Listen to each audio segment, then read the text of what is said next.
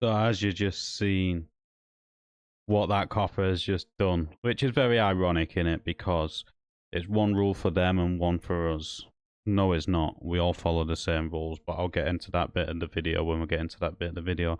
I'm going to cut up this Charlie's video quite a lot to get the few bits I actually want out of it. There will be links to the full videos, but there's a few things where I'm just going to have my opinion on.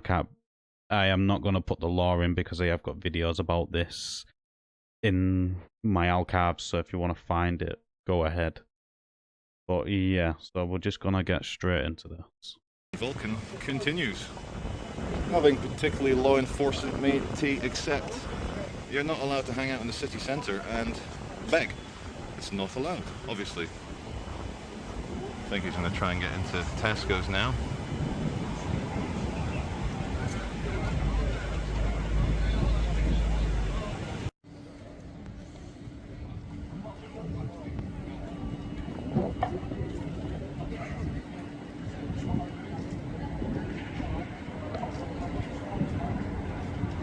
Trying to show you guys the mess.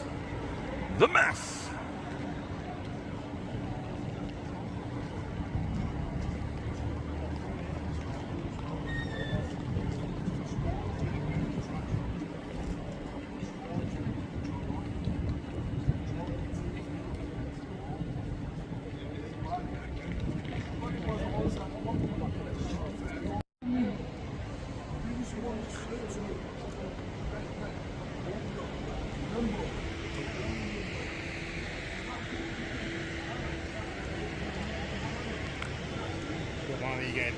Oh, not at all. No, you'll enhance it. You'll enhance it. It's all good. Thank you, though. Nice guy. Didn't want to affect the shot.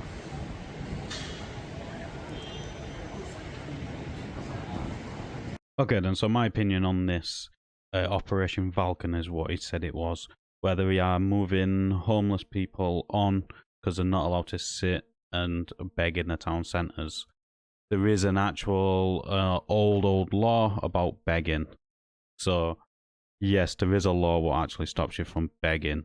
But, that being said, how many of these charities do you see in the town centres asking for money for like WaterAid, Hope House, cancer research, all these different types of charities what set up a little station in the middle of the town centre and stop every single person which is walking past there, you have a minute of your time, begging for money. Now, why is that allowed but homeless people are not allowed?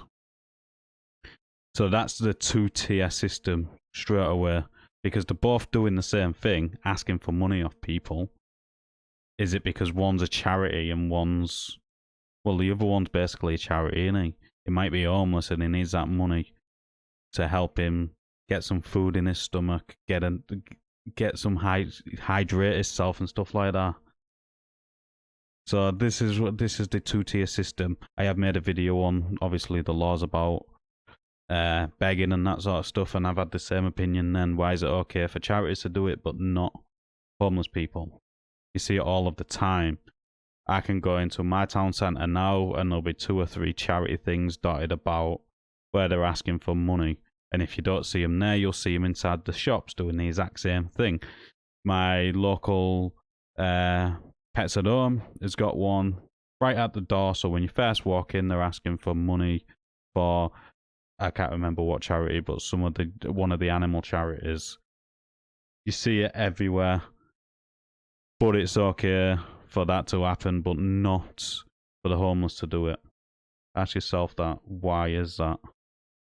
Okay, we're the Greater Manchester Police. They're looking for someone specific in the gardens. Now, of course, I don't have Frederick with me today, but I've chatted to the police and I've explained to them the situation, and they said, yeah, sure, of course, you can walk wherever you want, including near us. It's no problem at all.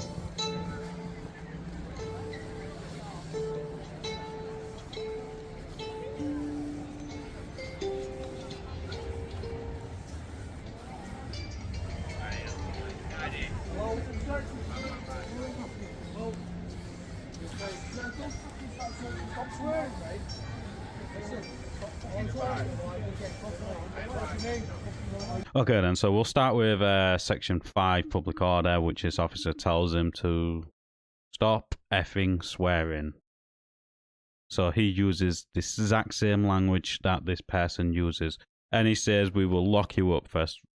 Obviously, it's going to be a section 5, but we've gone over this hundreds of times. It has to be threatening or abusive words, or behaviour, or disorderly behaviour, written signs, blah, blah, blah, blah. Within a hearing of someone that is alarm or distress thereby. Is somebody likely to be cause harassment, alarm, or distress? Swearing within itself is not an offence, but what the officer did, if he did want to do that, he used the exact same language back, so he'll be getting done for this. But not only that, he also committed common assault. So common assault's covered under section 39 of the Criminal Justice Act 1988. It doesn't give you the definition, it just tells you the punishment for it, but this does. So I'm just going to let it read out to there. Common assault, S.39 Criminal Justice Act 1988. An assault is any act, and not mere omission to act, by which a person intentionally or recklessly causes another to suffer or apprehend immediate unlawful violence. The term assault is often used to include a battery, which is committed by the intentional or reckless application of unlawful force to another person. Where there is a battery, the defendant should be charged with assault by beating DPPV Little, 1992, QB 645. Provided there has been an intentional or reckless application of unlawful force, the offence will have been committed, however slight the force. Assault, as distinct from battery, can be committed by an act indicating an intention to use unlawful violence against the person of another, for example, an aimed punch that fails to connect. In Missalati, 2017, EWCA 2226, the appellant spat towards the complainant.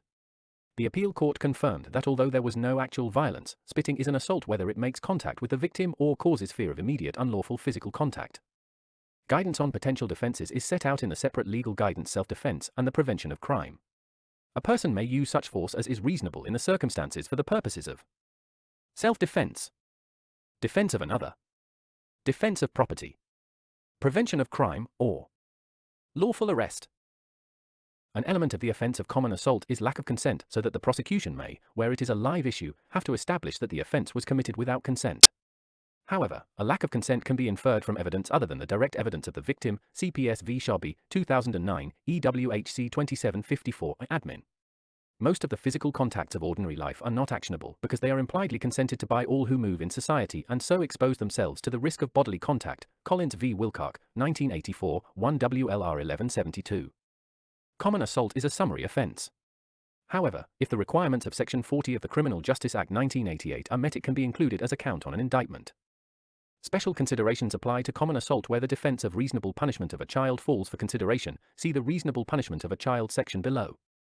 So, as you can see, unwanted contact in certain circumstances, obviously, just walking in public and accidentally touching shoulders with somebody, and that is not, it is unwanted contact, but it is acceptable and consented within society. But what this officer did is he grabbed him and pushed, pulled it, turned him around, which to me is common assault. And he also used the threat of unlawful violence by saying he will arrest him, which would be unlawful. He's going to arrest him for Section 5 where there is no Section 5. So that is immediate unlawful violence. And then there's also, if the officer did go ahead and do that, it's Section 26.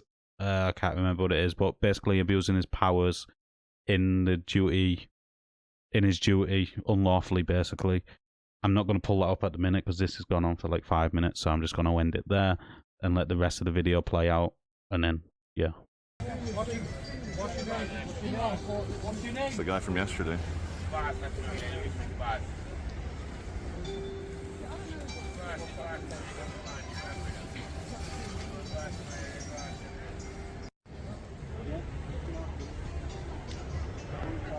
Okay then, so that's basically where the end of that little interaction with what Charlie's posted. There's probably more, there will be more, but we don't know what it is. In this instance, what do I believe? I believe the cop used excessive force by grabbing him. he threatened arrest for an offence he is delusional to think is an actual offence, because swearing within itself is not a criminal offence. We have already established that it has to be threatening or abusive. But he also commits a common assault by grabbing the person and spinning them around, which is unwanted contact, which is beating. Beating can be as little as unwanted contact. That's exactly what that was. But nothing will ever happen to this constable. Why? Because he's above the law, and he believes that he is as well. There's nothing what will ever happen to him unless if people do start going after private prosecutions and forcing the CPS to take on the prosecution properly. Crown Bodge used to do this. I don't know if he's still at it, but doing the same thing, but he used to do it. All this is just my opinion and what my opinion on the law and how I view that law and legislations. Let us know in the comments down below what you thought of this interaction. As always, like the video, it does help in YouTube's algorithm, and I'll catch you on the next one.